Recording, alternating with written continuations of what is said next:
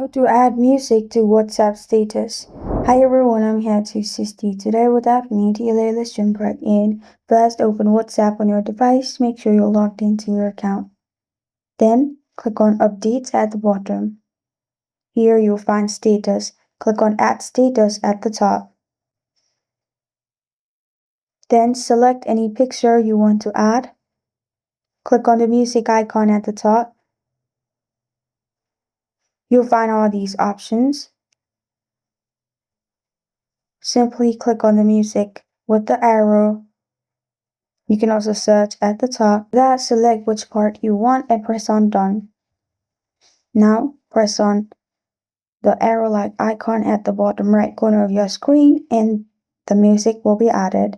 And this is how to add music to WhatsApp status.